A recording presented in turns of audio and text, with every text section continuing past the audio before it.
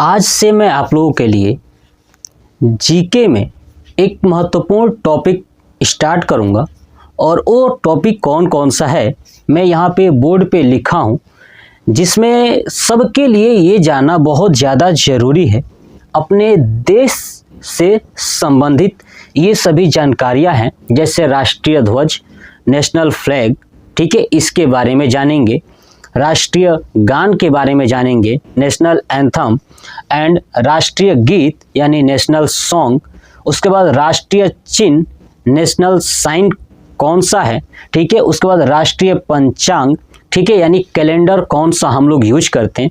तो ये पूरे भारतवासियों को इन टॉपिक्स को जानना जरूरी है, ठीक है। तो इसी क्रम में मैं एक एक टॉपिक्स का एक एक वीडियो बनाऊंगा और अपलोड करूंगा, ठीक है। तो आप लोग जरूर देखिएगा और अपना राय कमेंट बॉक्स में दीजिएगा कि आपको कितना समझ में आया। तो चलिए पहला टॉपिक हम लोग देखते हैं, राष्ट्रीय ध्वज यानी नेशनल फ्लैग। राष्ट्रीय ध्वज को संविधान सभा के द्वारा 22 जुलाई 1947 ईस्वी को अपनाया गया था, ठीक है। याद रखिएगा कि राष्ट्रीय ध्वज यानी जो झंडा है, तिरंगा है, उसको संविधान सभा के द्वारा 22 जुलाई 1947 ईस्वी को स्वीकार किया गया था, अपनाया गया था। ये जो झंडा है उसके लंबाई और चौड़ाई का जो अनुपात होता है ना, वो 3:2 होता है। बहुत सारे बच्चे को ये समझ में नहीं आता है कि 3:2 का मतलब क्या है। मतलब ये कि अगर आप लंबाई 3 मीटर लेते हो तो चौड़ाई हमेशा 2 मीटर रहेगा। अगर आप लंबाई 3 किलोमीटर लेते हो तो चौड़ाई हमेशा 2 किलोमीटर होगा। अगर आप लंबाई 3 फीट लेते हो तो चौड़ाई 2 फीट होगा। आपको समझ में आ गया। तो ये चीज़ें 3:2 के अनुपात में इस राष्ट्रीय ध्वज की लंबाई और चौड़ाई है। तो बहुत बार कंपटीशन एग्जाम में पूछा गया है कि राष्ट्रीय ध्वज यानी तिरंगे के लंबाई और चौड़ाई का अनुपात कितना होता है, तो 3:2 होता है, ठीक है। राष्ट्रीय ध्वज को संविधान सभा के द्वारा कब अपनाया गया था, तो 22 जुलाई 1947 ईस्वी को। याद रखिए, इस राष्ट्रीय ध्वज को बनाने में है ना पिंगली वेंकैया ने इस राष्ट्रीय ध्वज को बनाने में अपना महत्वपूर्ण योगदान दिया है।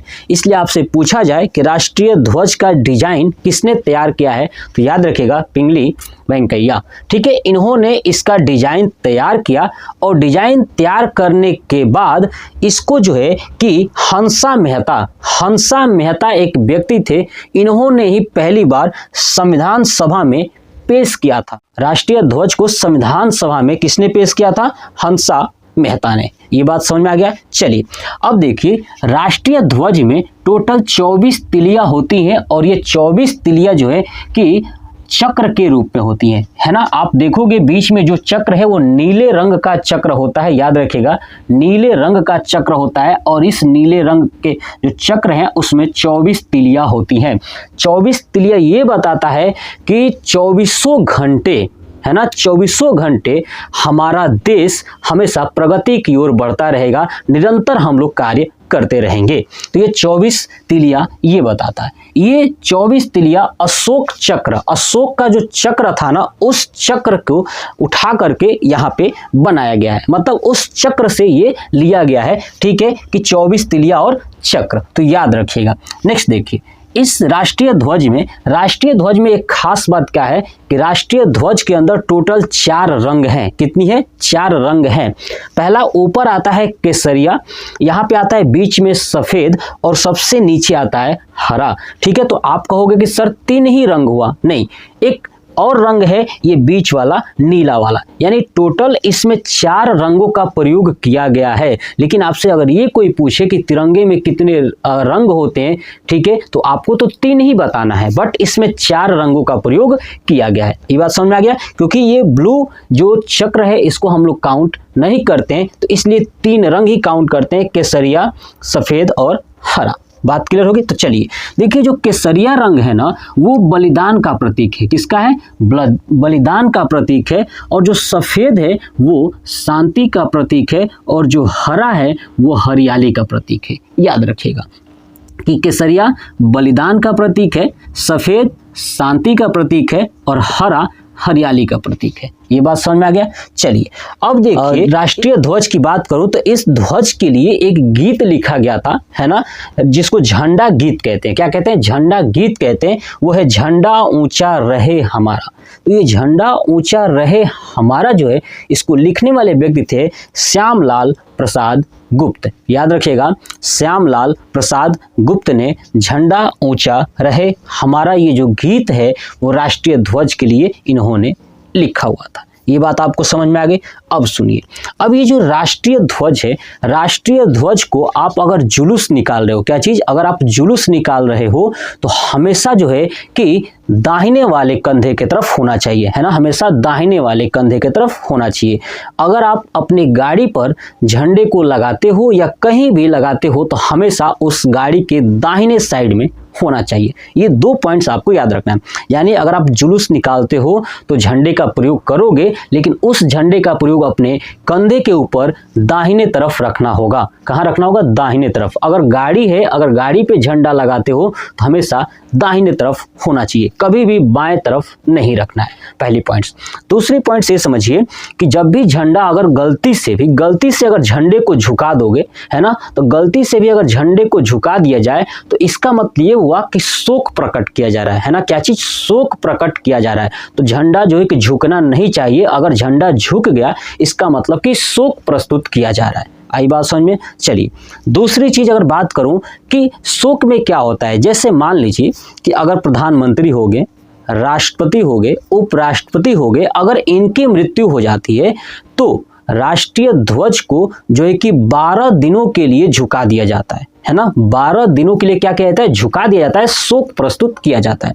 अब ये 12 जो दिन है ना, याद रखिएगा, ये 12 दिन केवल वर्तमान के लिए, यानी वर्तमान के प्रधानमंत्री हो, राष्ट्रपति हो और उपराष्ट्रपति हो तो ही ये 12 दिन के लिए झुकाया जाएगा।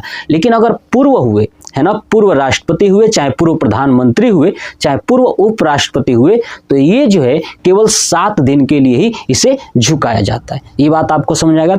अगर कहीं आप राष्ट्रीय ध्वज, अगर कि कोई देश का राष्ट्रीय ध्वज यानी अपने देश का राष्ट्रीय ध्वज अगर उल्टा हो जाए, है ना, उल्टा फहराया जाए, इसका मतलब होता है कि देश के ऊपर संकट आने वाला है। तो अगर झंडा उल्टा हो गया तो संकट आने वाला है। अगर क्या है, या संकट की स्थिति है, अगर उसे झुका दोगे या आपको थोड़ा सा टेढ़ा कर दोगे, झुका दोगे, तो इसका मतलब ये होगा कि आप शोक प्रस्तुत कर रहे हो। कभी भी राष्ट्रीय ध्वज को पताके के रूप में यानी फाड़ कर नहीं फैलाना चाहिए, है ना, फटा हुआ नहीं फैलाना चाहिए। जैसे पताका आप समझिएगा, जैसे ऐसे बनाया जाता है ना, ये वाला ऐसे पताके के रूप में ऐसे नहीं होना चाहिए, राष्ट्रीय ध्वज को नहीं फहराना चाहिए। ये बात आपको समझ में आ गया।